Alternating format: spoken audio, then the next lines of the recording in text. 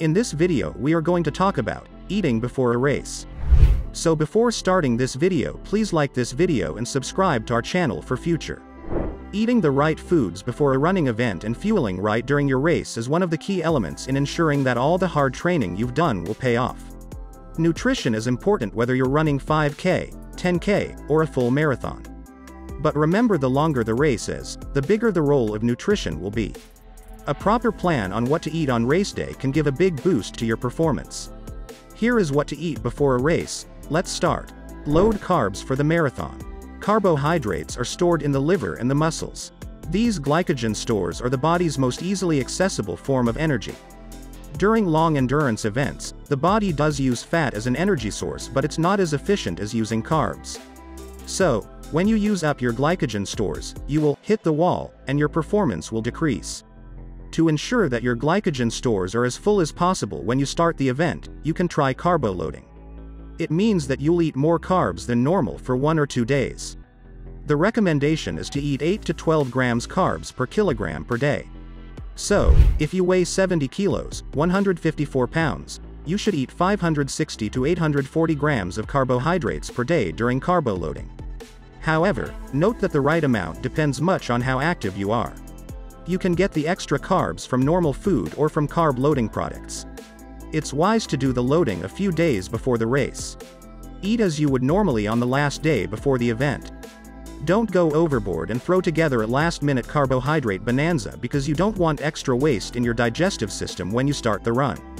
Pre-race meal 3-4 hours before the race. On race day, it's good to eat the last meal 3 to 4 hours before the start. No meal is more important than this.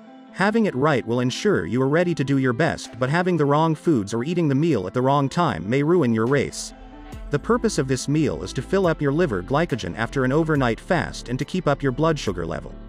This is why the meal should consist mostly of carbs. However, a small amount of protein will be good to stabilize the blood sugar and to minimize the muscle breakdown. A small amount of fat will optimize your fat-burning capacity and make you feel like you've had enough food. You should avoid extra dietary fiber, so feel free to choose white bread instead of dark and to drink juice instead of eating fruits.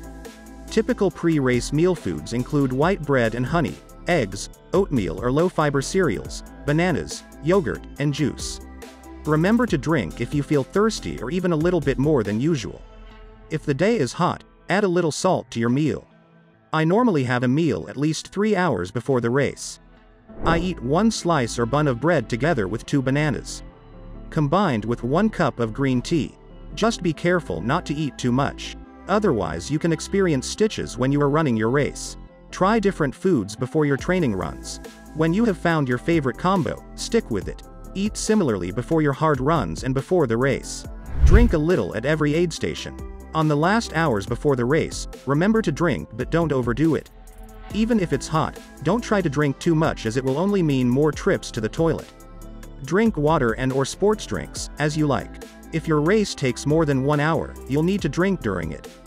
The right amount of fluid is very personal and it also depends on the weather, but it's good to aim for drinking 100 to 200 milliliters every 15 to 20 minutes.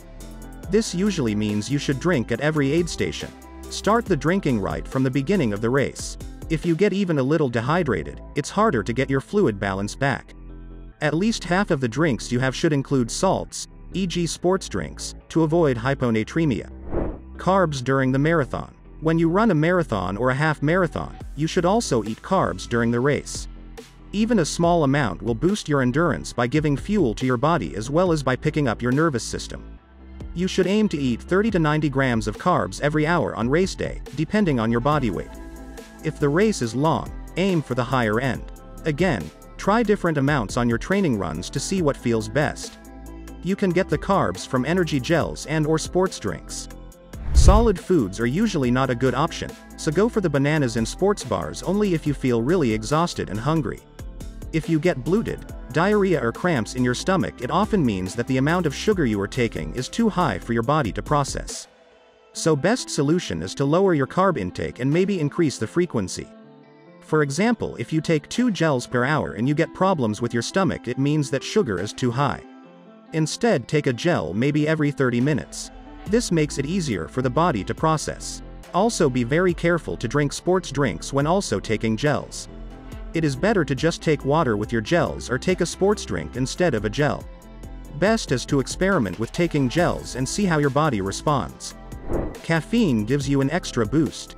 If you're looking for that one simple trick that gives your performance an extra kick, look no further than your coffee maker.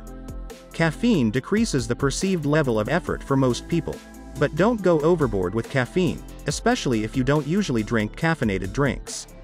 Studies suggest that there is no additional advantage of having more than about 5 mg per kilogram, 2.3 mg per pound of body weight, of it, which for a 70 kg, 154 pound, person would mean 350 mg.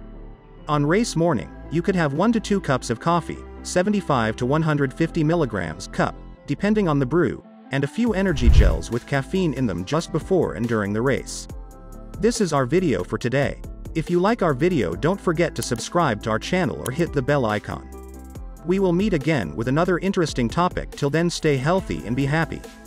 Don't forget, running changes people and people change the world. Until next time.